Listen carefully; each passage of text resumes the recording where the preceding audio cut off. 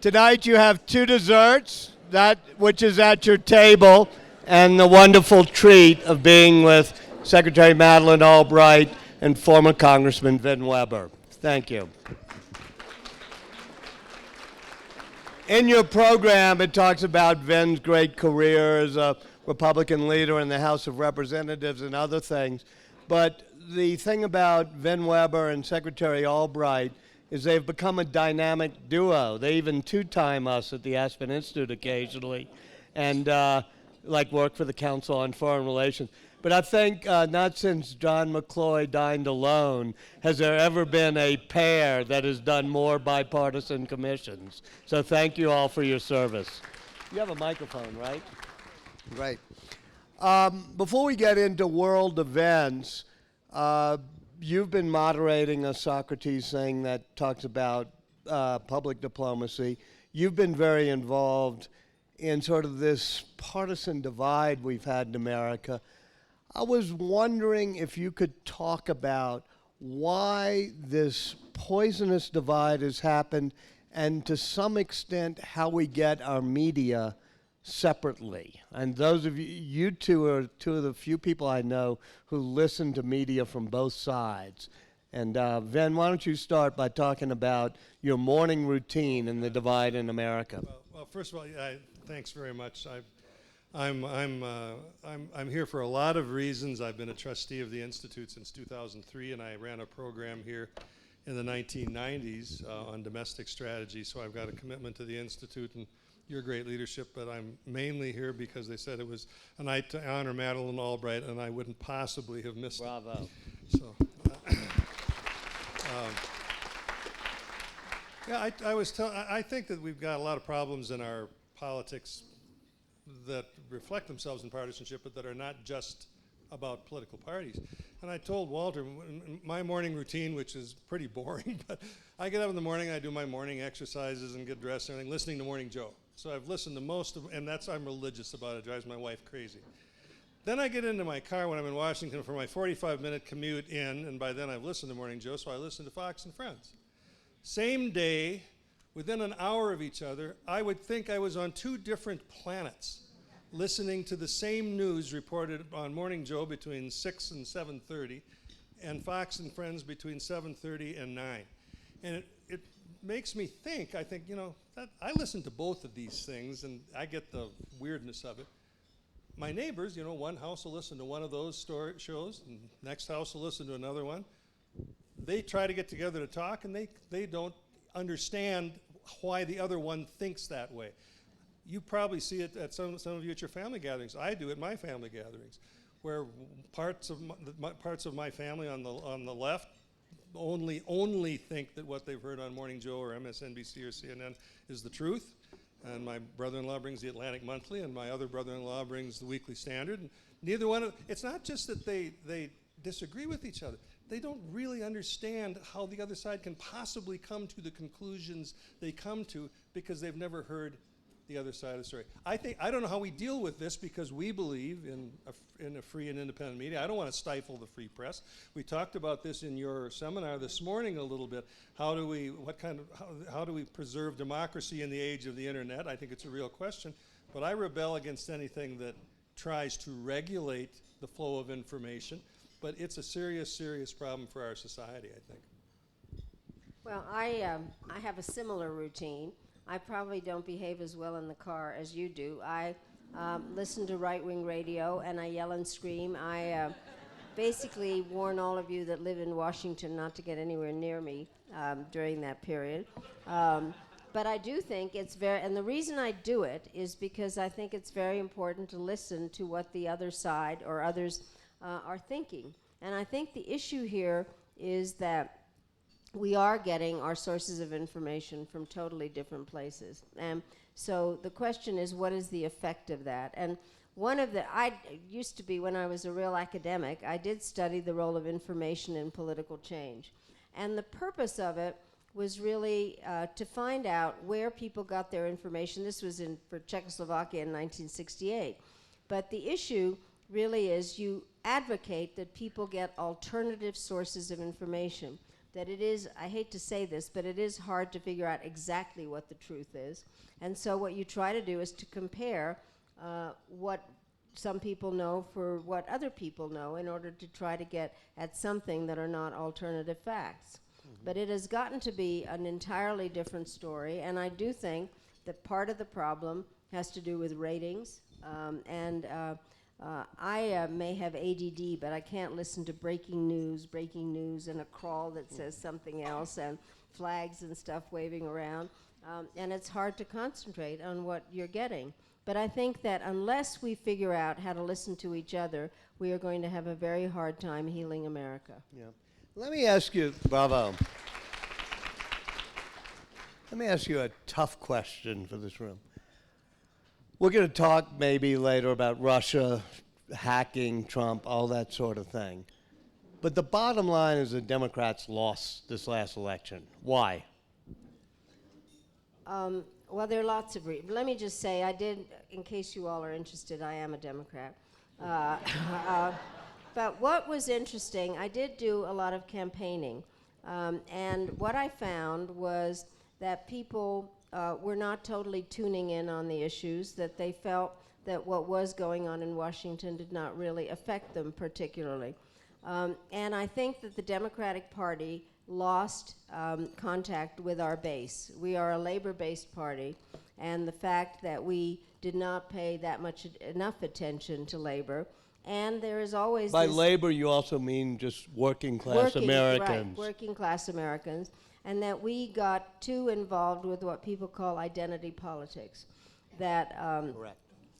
which in fact is a way of trying to respect different groups in this country, but it did seem kind of elitist to people. And I have to tell this story. I didn't fly over America. I drove a lot in various places, but at some place I actually did get on a plane from Denver to Detroit. And I get on the plane and I'm sitting there. I had my Shatter the Glass Ceiling pin, and a lot of people came up and said, "That's terrific." And then this man sat down next to me who, because life is weird, was a Czech, and we started speaking Czech. And then the man across the aisle was very nice. He said, "Can I get a selfie with you?" And I said, "Sure." So we did that, and he got it out on his tweet system.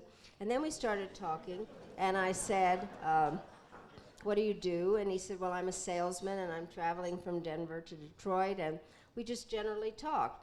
And then we landed, and he was able to get a response, and he said, "I just got a response from this person who said, if you're such a good salesman, persuade her to vote for Trump." And I said, "Excuse me?" And I said, would you vote for Trump?" And he said, "Sure."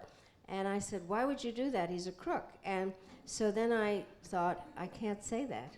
And the thing that happened was that when, at that stage, I still thought we were going to win, and I went to various places, and I said, "You've got to get out the vote on November 8th, and on November 9th, you have to talk to that man." And that is what we have to do, is try to figure out why people did what they did. But I think we did lose contact with our base, and some of it did have to do with something that seemed elitist to people, which was not elitist as far as the party was concerned, because it was trying to deal with different people's identities. The other reason that we lost is that we, and you and I were generally talking about local politics, there was not enough attention paid to state parties. Yeah.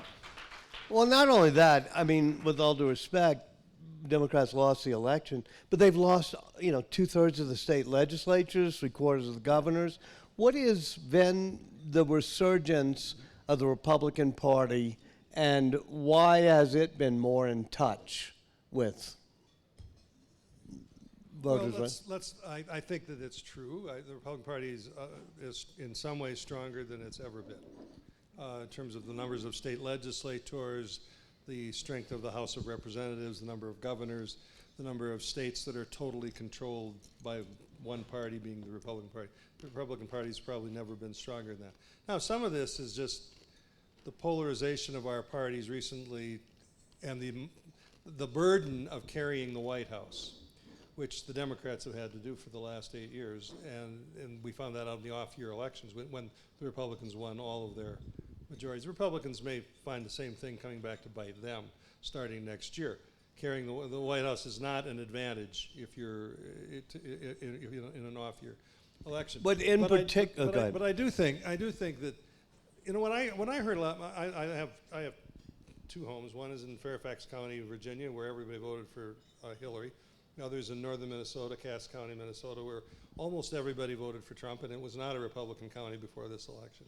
And what I listened to people talk about up there among Trump supporters, people who had voted for Obama, people who had voted for Clinton, was some version of political correctness.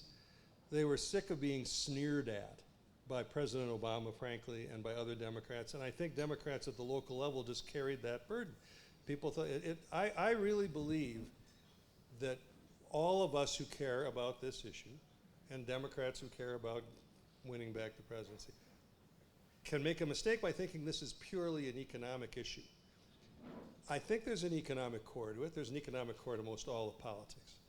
But I listened to politicians in both parties talking about the Trump phenomenon and thinking, well, we can solve this with an economic program. If you're a Democrat, we'll raise the minimum wage and we'll redistribute income through the tax code. And if you're Republicans, maybe we'll cut taxes or something like that.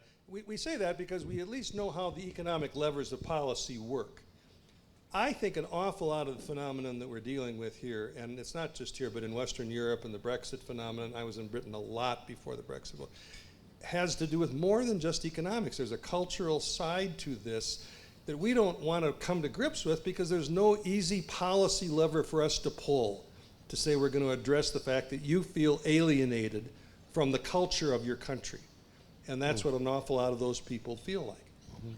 I do think that the hard part here is what created that alienation and how does one talk about it. And I have to say the hardest part during the election is how do you not say to people, if you only understood better, or if you were better educated, or if you followed the issues. And so trying to get people to vote for your candidate, you're not going to insult the other voter. And so I think trying to figure out how to explain it. I do think that there are various aspects, and I'm not going to avoid this. The Russians did get involved in our election.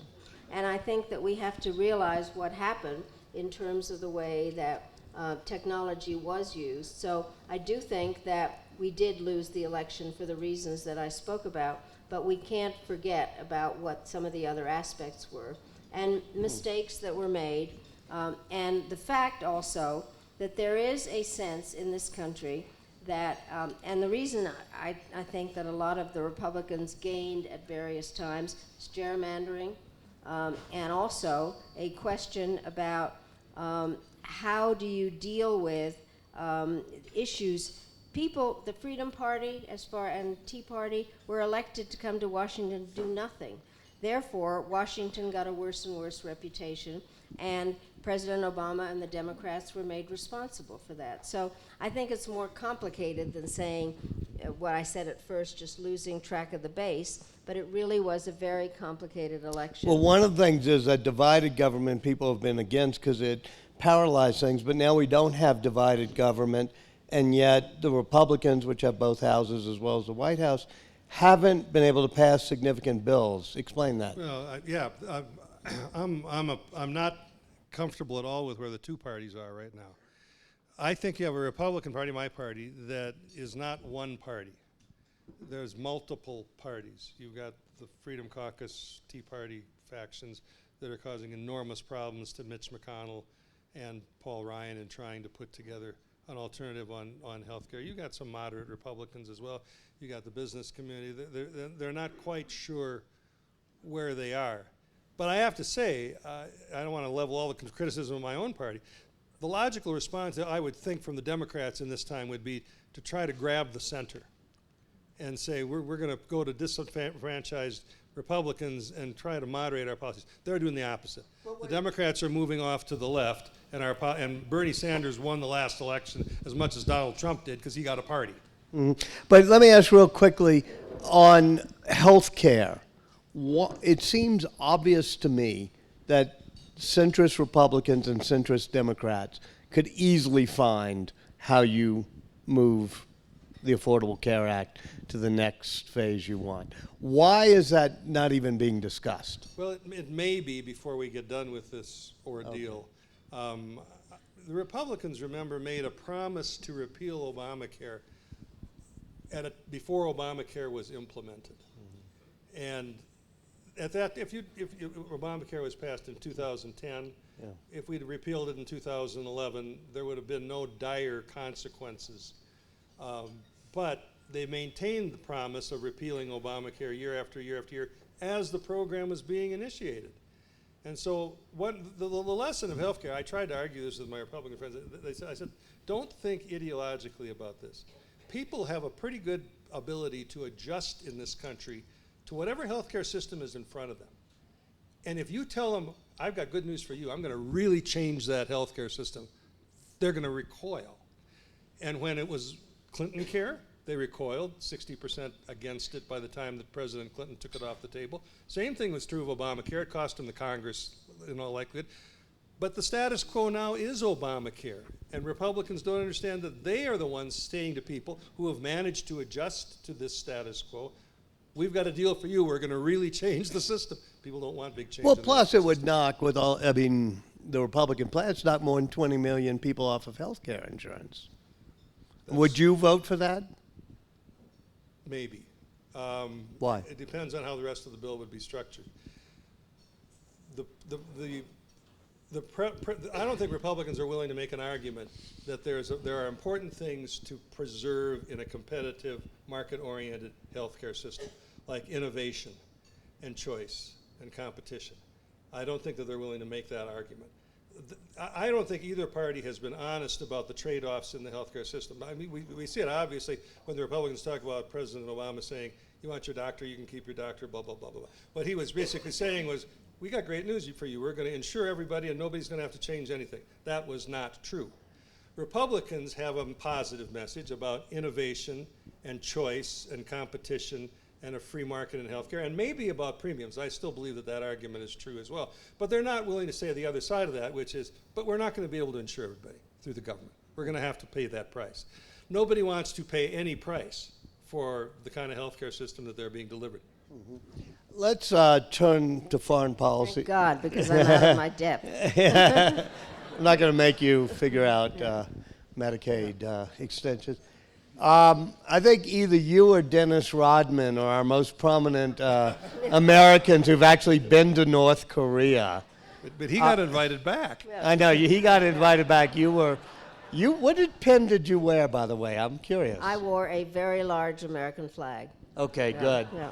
And you met Kim Jong-il. So a little background on this. The North Korean issue has been with us for a very long time. They have very serious issues on energy and also humanitarian issues, and this was something that has been going on a long time and was part of what was going on during the Clinton administration. And there were a variety of talks, and they were already questioning how the Non-Proliferation Treaty was working, and there was a framework that was set up, and I won't go through the whole history, the agreed framework, where we were going to help them on energy issues, and they were not going to go nuclear.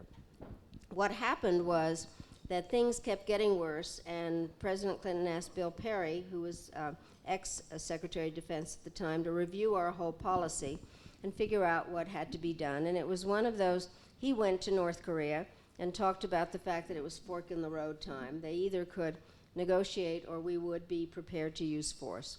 What happened was that the North Korean vice chairman came to the United States in the summer of 2000 and said that he wanted to have discussions. And it was very interesting. He came to the State Department dressed in a pinstripe suit and very diplomatic. And then the next day we went to the Oval Office and he came in full uniform and handed a red folder to President Clinton inviting him to come to North Korea. And so President Clinton said, well, maybe at some point, but I can't just go for something that hasn't been prepared. I'll send the Secretary of State. They were not very happy about that. And we had very little information on North Korea. The one thing we did know was that Kim Jong-il, the father of the current guy, liked basketball. And so I took an autographed Because they're basketball. very tall, these Yeah, leaders, right? They liked Michael Jordan, so I took an autographed basketball there, and it's in their Holy of Holies, which is why I'm responsible for Dennis Rodman. But the thing that happened that was interesting was it's very strange to go to a country where you have no ambassadors. So we had absolutely no idea what was going to happen. And I had to go, I went and I was sitting in a guest house waiting for something to happen. And the only other information that I talked to Kim Dae-jung, who had been president of South Korea, that advocated the Sunshine Policy. And he said to me, Kim Jong-il is not crazy. What we had in our intelligence was that he was crazy and a pervert. And the bottom line is he was not crazy. And when I got there, I was told that I had to go to see his embalmed father. And so the hard part, I think you've seen pictures of various honorary kind, where you have to pay honor to somebody, and if Americans pay too much honor, one is accused of being servile, and if you don't do the right thing, it doesn't prove anything. So I did go see his embalmed father, and I must have done something right. But anyway, right after I got back to the guest house, I was told that the dear leader would see me, and we had a press conference. And so I'm standing next to this man, and we're the same height. And I knew I had on high heels, and then I looked at he did too. And his hair was a lot poofier than mine. And so we then got through that, and we had meetings, and he actually was very smart and had a number of different aspects in terms of what he was going to talk about that were scientific, that had to do with missile limits. And we got pretty far. The weird part was when he said, I have a surprise prepared for you tonight. I didn't quite know what that was going to be. It turned out to go and see this huge ceremony. But the question was about their missile limits. And I hold no brief for the North Koreans. But the bottom line is we were in the middle of negotiations. Some of you may remember the election of 2000. And Wendy Sherman, who was there with me, we were in the middle of talks. She was prepared to go back and continue the talks. And it was declared that President Bush had won. Then I briefed Colin Powell on everything that was going on. He was prepared to continue the negotiations, and then there was a story in the Washington Post saying Powell to continue Clinton policies. He was hauled into the Oval and told no way. So I don't hold a brief for them, but this has been a very long history. Real quick, before you go on with that, you said something that surprised me, which is that you had military options that Bill Perry was talking about. Were there military options then? They were talking about a variety of military. Which was what? Which basically was, we had, the gist is, they have a very strong military. We have a very strong military. We have forces in South Korea. And they basically were blockades and be prepared to actually use force. I don't know how many of you have been to the demilitarized zone. It is the weirdest place in the world, but it's 35 miles away from Seoul. And so the concern is that, in fact, the North Koreans, who have a huge army, could just come down. These are valleys that are coming down. And so, but we were prepared to use force on them. Yeah, that gets to a moral ambiguity. By the way, and at that stage, we did not think they had fuel rods that they were moving around, but in terms of having the capability for doing the kinds of things they're doing now, they did not have, nor were they able to make that small nuclear warhead. Vin, let me just get one more quick nuanced question here, because being Aspen, we all love movie stars who decide that we have to remove all landmines. We all became in favor, and we gave Nobel Prizes to people who wanted to remove landmines. That has hurt us in our ability to stop a South Korean invasion. Well, let me tell that story, because what's interesting, when I was ambassador at the UN, I had an exploded landmine on my desk. And President Clinton came to give the speech at the UN General Assembly, and he came to my office, he picked up the landmine, and we went in there, and he talked about the importance of getting rid of the landmines, because we knew what was going on in the Balkans and Angola, various places.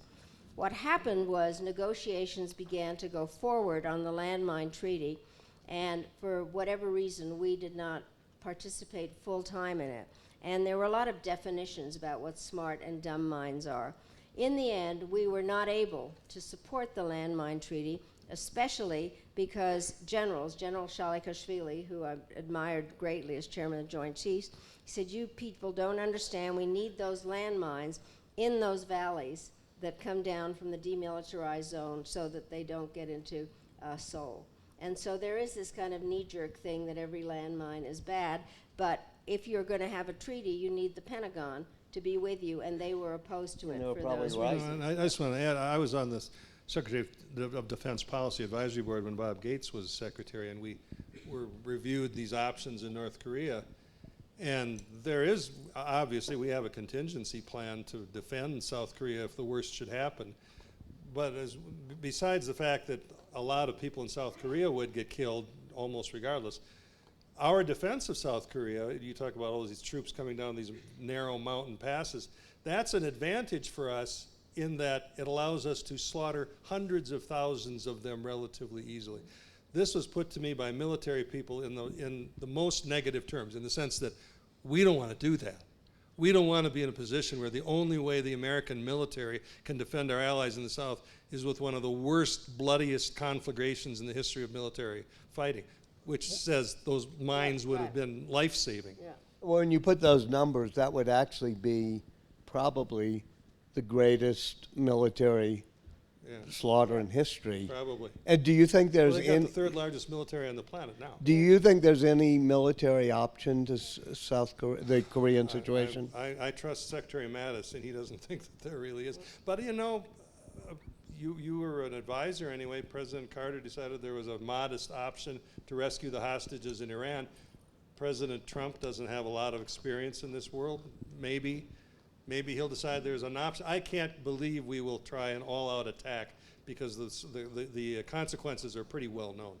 I have recently spent a lot of time going through all this with a variety of people who have many different views. For instance, there was a group of some of us that met with the new president of South Korea just now. He is Just this past week you're last talking about. week. And he had, what I found interesting was he was making a very strong point about what a good meeting he'd had with President Trump, about that this was a very strong and great alliance. But he is more back into kind of the sunshine policy that Kim Dae-jung had and is willing to talk to the North Koreans. I think the question is, we would win a war, there's no question, but it would be bloody and god-awful.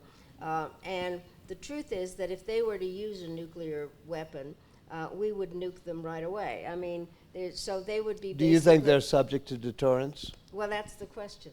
And partially, it is important to kind of know who the leader on the other side is.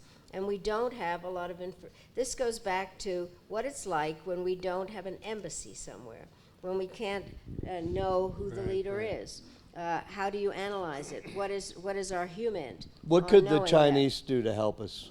You deal with China a lot. Well, they could cripple them economically, but I think that they could. I am one who does not believe the Chinese can flip a switch on this. I think there's a sense among some people in politics and in government that the Chinese are just reluctant to do what they could easily do. I don't believe that. I don't think they can easily do this. You and I spent 2 years going back and forth to China on a different project. And one of the things I learned was their enormous sense of internal insecurity in China.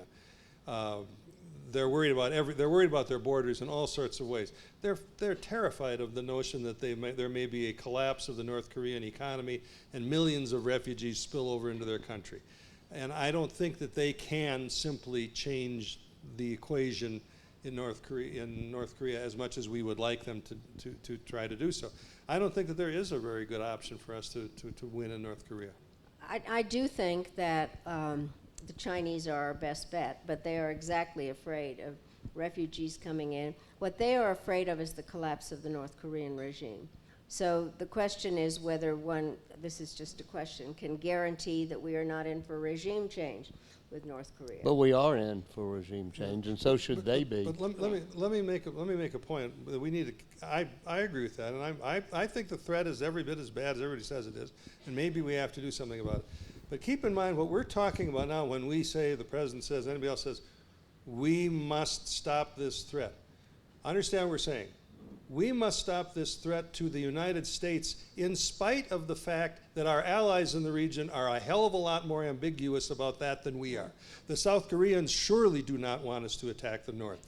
The Chinese definitely don't want us to attack the North. The Japanese even. I mean, the Japanese are a little more concerned about a nuclear North Korea.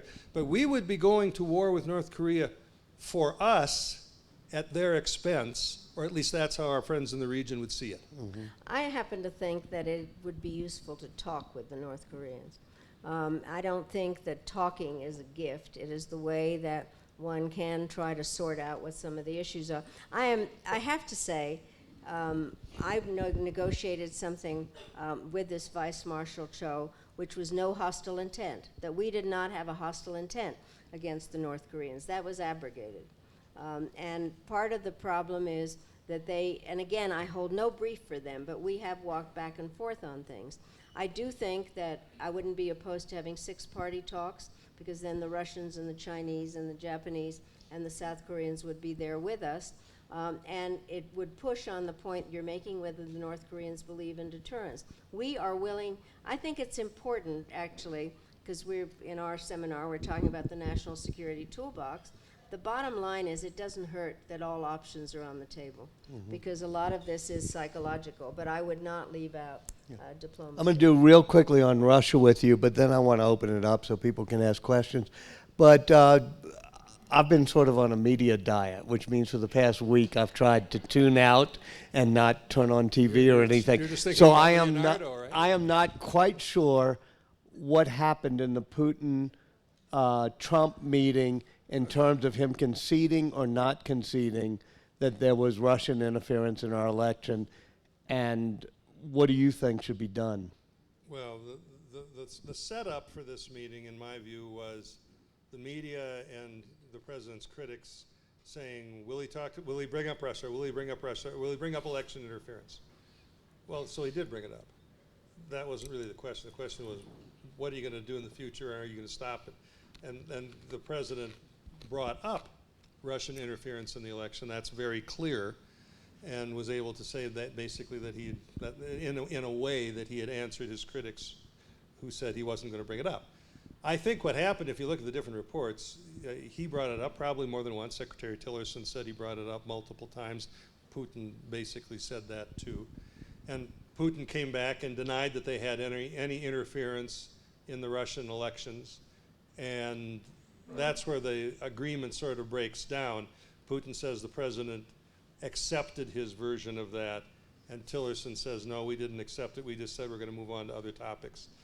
But we have to look at what Trump also said at the press Well, conference. this is the problem. There is very little discipline in this administration. And so part of the issue is that the president in that press conference said, well, maybe they did or didn't, but a lot of others. And I think the bad part is that we have kind of forgotten how to debrief out of one of these meetings.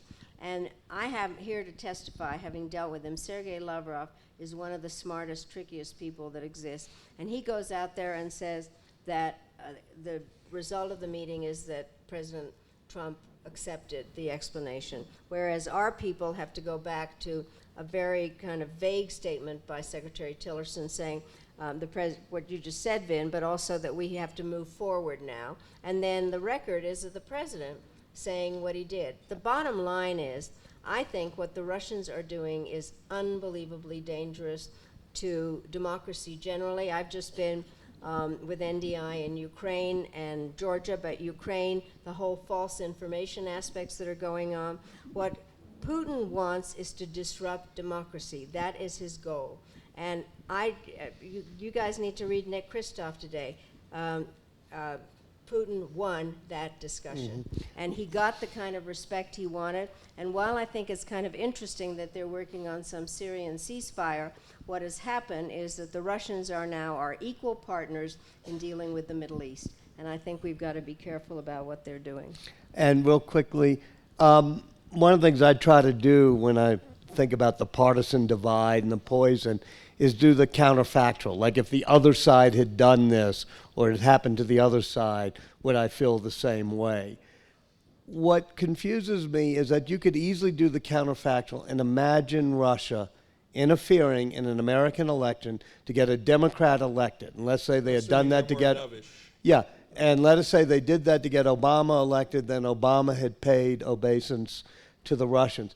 It would seem to me the Republicans would be absolutely inflamed about Russian interference in elections. Why is there less Republican anger about Russia's interference in elections? Well, I think you're right. If the shoe were on the other foot, we'd be screaming for Hillary's impeachment, probably. I don't know the answer to that other than I have to say the Republican Party hasn't figured out quite how to deal with President Trump yet. His takeover of the Republican Party has been described as sort of a hostile takeover. I don't know if that's fair or not, but the point is he did win the Republican Party nomination easily, and he surprised everybody in so doing it. I think that most of these guys on Capitol Hill that I deal with, first of all, they want him to succeed. They want the president to succeed. Second of all, most of his domestic agenda is very consistent with what we Republicans believe in. Less regulation, lower taxes. The trade thing is the biggest departure from traditional Republican dogma. They want him to succeed, and I think they're very reluctant, having misjudged his ability to win the Republican Party in the first place, misjudged his ability to win the election in the second place. They're reluctant to now say, well, we've got to go after him on a potentially impeachable issue. Mm-hmm. Let me open it up. I'm sorry I went too long on this. I guess I didn't go too long. Nobody has any questions left. In the way back, stand and shout. So this is a question for both of you. Would you, with the current administration, would you advocate with North Korea for bilateral negotiations versus the multilateral? As opposed to the six-party talks. Well, it would depend on what the conditions were. I would not be opposed to them, but it can't be on something that is part of what the discussions would be about, which is whether we recognize North Korea as a nuclear power. And that's what they want before they would go into talks. And so the question is what the conditions are. I happen to believe that it is worth talking to, it's easy to talk to friends. You've got to talk to people you disagree with. And I met with an awful lot of horrible people. The bottom line is that I do think I would not be opposed depending upon the conditions. You want to add, or? I really don't know. It's the honest answer, so I guess that makes as much sense as anything. I just think we have no good options there, and talking may be better than not talking, but there's downsides to talking, too. Do you think the Russians could be helpful? They have a border with, people don't realize it, but they have a border with North Korea right next to Pyongyang. They do, and during the Cold War, North Korea was considered a Russian satellite, not a Chinese satellite, but their influence seems to have waned a lot, and it's mainly China. Yes, please. In the back again, thank you. We get a lot of credit for the way back here. Good evening, thank you. So the question is, if you can comment a little bit on the U.S. pulling out of UN funding and how you see that affecting our ability to really engage and influence other countries on a day-to-day basis. And perhaps a little bit on the Sustainable Development Goals and where you see the U.S. leading or not leading in terms of global development issues. Well, first of all, we invented the UN, and it is highly dependent on our support for it. And I don't believe that everything that happens at the UN is perfect. There are a lot of changes that need to be made, and the U.S. can only influence those changes if we actually are supportive of the UN and don't create artificial financial crises. I think people need to understand that there are different budgets for the UN. One is it's a club and we need to pay our dues, and the other is one in terms of peacekeeping operations, which is done on a different percentage basis. Part of the problem is we went through this during the Clinton administration, where what happened was that Congress unilaterally decided to lower the amount of money that we would pay on the peacekeeping operations, bills that had been accumulated by the Bush administration. And I kept pushing for a number of different reforms, leading the British, our best friends, to deliver the following message in the General Assembly session, that we wanted representation without taxation. And so it is very hard to push for reforms if we don't pay. There are Americans who don't like the UN. They're afraid that it has black helicopters that steal your lawn furniture. And then there are people who don't like the UN because it's full of foreigners, which can't be helped. So, but I do think that it is wrong for us to cut down on that, which leads specifically to generally what's happening on our budget. What's happening on the budget arguments is to make it impossible for us to carry on functional diplomacy. We just asked whether we should have talks with the North Koreans. There are not a lot of people in the State Department at the moment, and just in terms of the size of the budgets, I am not opposed to a military budget. I am very pro-U.S. military, but the contrast between over $600 billion for the military and less than $50 billion for the State Department, for the people who work there, for the programs, for USAID, for our dues to the United Nations, for our contribution to NATO, it really undercuts a major tool of our policy.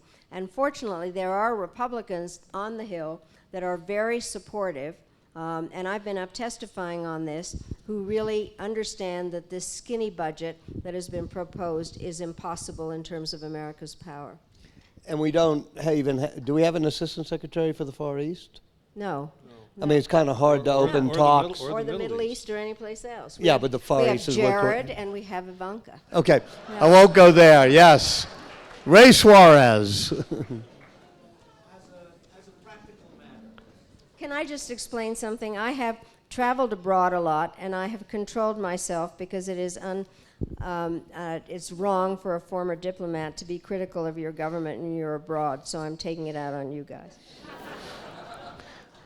Without any comment on the value or the wisdom of various international compacts, I would, as a reporter, just observe that they took years and years of work to arrive at. But in the last several months, the United States has pulled out of the Trans-Pacific Partnership, pulled out of the Paris Accords, mused about pulling out of NAFTA, cheerleaded from the sidelines as the British begin their exit from the European Union, and have, as has already been mentioned, mused about paying a lot less for the support of the United Nations. Is it harder, and also gave a very tepid bit of support to Article 5 in the NATO Charter.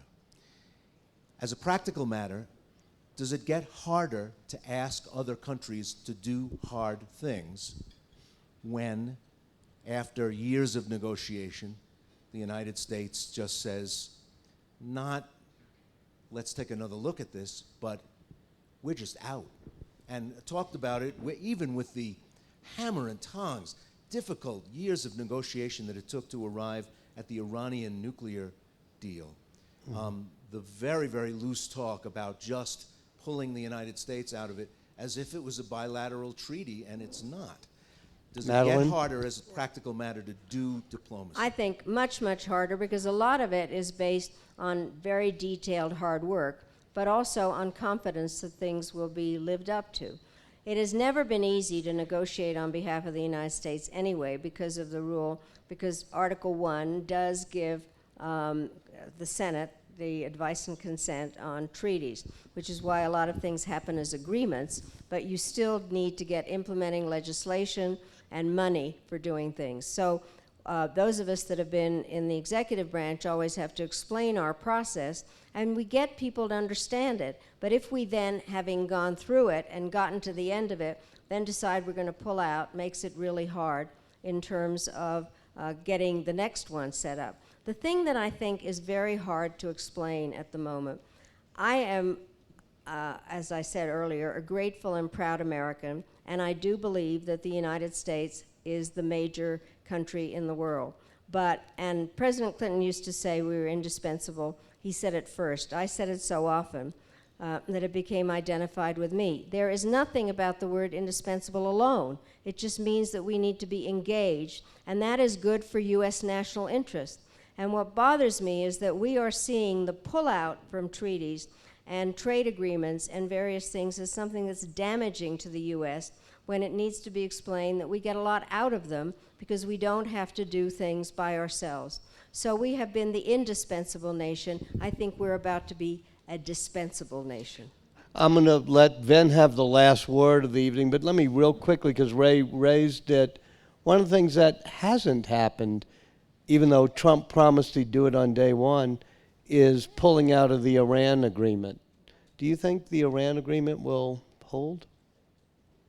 I think it will, though it gets very complicated in terms of what happens on sanctions of various companies that are beginning to, but there are beginning to be business in Iran by Huge American amounts. companies, and I think that it is a good agreement. And the only question is, how does it play in with now what is going on in the Middle East in terms of the GCC versus Qatar and Iran and various other countries. But I think in terms of people seeing the validity of it and how it plays off, because it is verifiable versus what we're worried about in North Korea, I think makes it a good agreement. Vin, I'm going to let you have the last word both on this and maybe a broader question of the Republican Party foreign policy being somewhat bifurcated between what I would call a McCain wing and a Trump wing.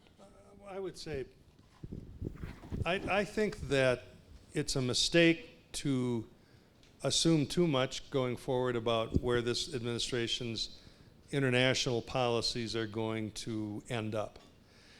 We talked about trade. Ray raised the question of trade, and I was working very hard with Ambassador Froman on TPP, and I wish it had gone through. I was supportive of TTIP and worked very hard for NAFTA back in the 1990s. I believe in multilateral trade agreements. But let me make a point. You can't pass a trade agreement until you get trade promotion authority passed by the Congress. The last time we voted on trade promotion authority, only 28 Democrats in the House of Representatives voted to give trade promotion authority to a Democrat president. So you can't just say Trump has destroyed the consensus for free trade. No, the Democratic Party abandoned free trade, and then the Republicans nominated somebody that wasn't going to stand up for it either. I would say from that standpoint, you got to listen to Trump. And what Trump is saying to, what his people are saying to folks on Capitol Hill, most Republicans on Capitol Hill are conventional free traders today, but they got a president to work with.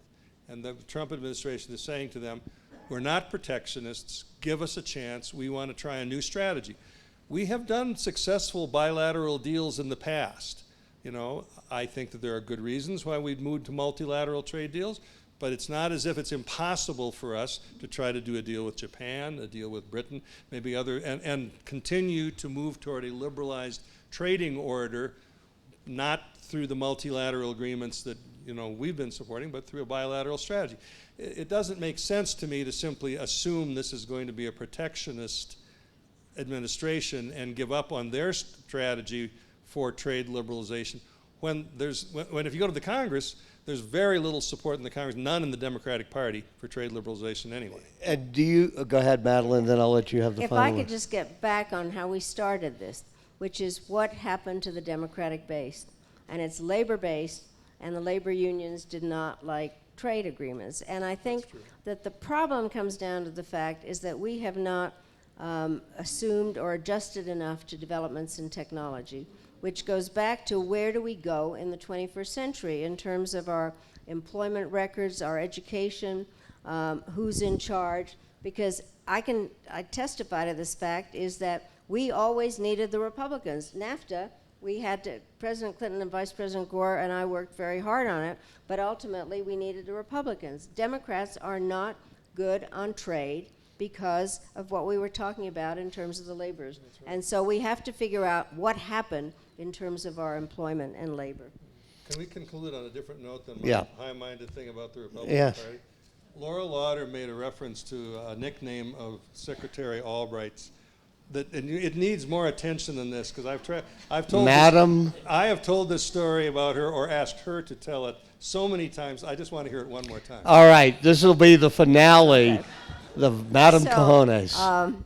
this is the story. What happened was I was up at the UN when actually President Clinton had thought about normalizing relations with Cuba. And what happened was that all of a sudden there was a shoot down of civilian American planes over international waters by the Cubans. And I was at the United Nations, and I was getting instructions from Washington to get condemnation of Cuba. And so what I asked for was a transcript of what the Cuban pilots were saying to each other as they were chasing our planes.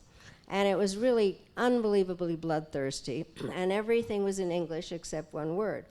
And they were saying, we've got cojones, they don't have cojones, we're gonna get their cojones, and they were chasing them around. So I then had a press conference at the UN, and I said, it's not cojones, it's cowardice. And I thought that the press in the UN would faint that I would say something like that. And then the Latin American delegates said, no woman would ever use such barnyard language. So it would not surprise you that President Clinton actually liked the line, said it was the best line. And so we ultimately were able to get condemnation. And he asked me to go down and represent him at the memorial ceremony for the fallen pilots that was in the Orange Bowl. And I was told it was very serious, and that everybody in the community was taking it very, very hard. There was going to be no joking, no laughs, whatever.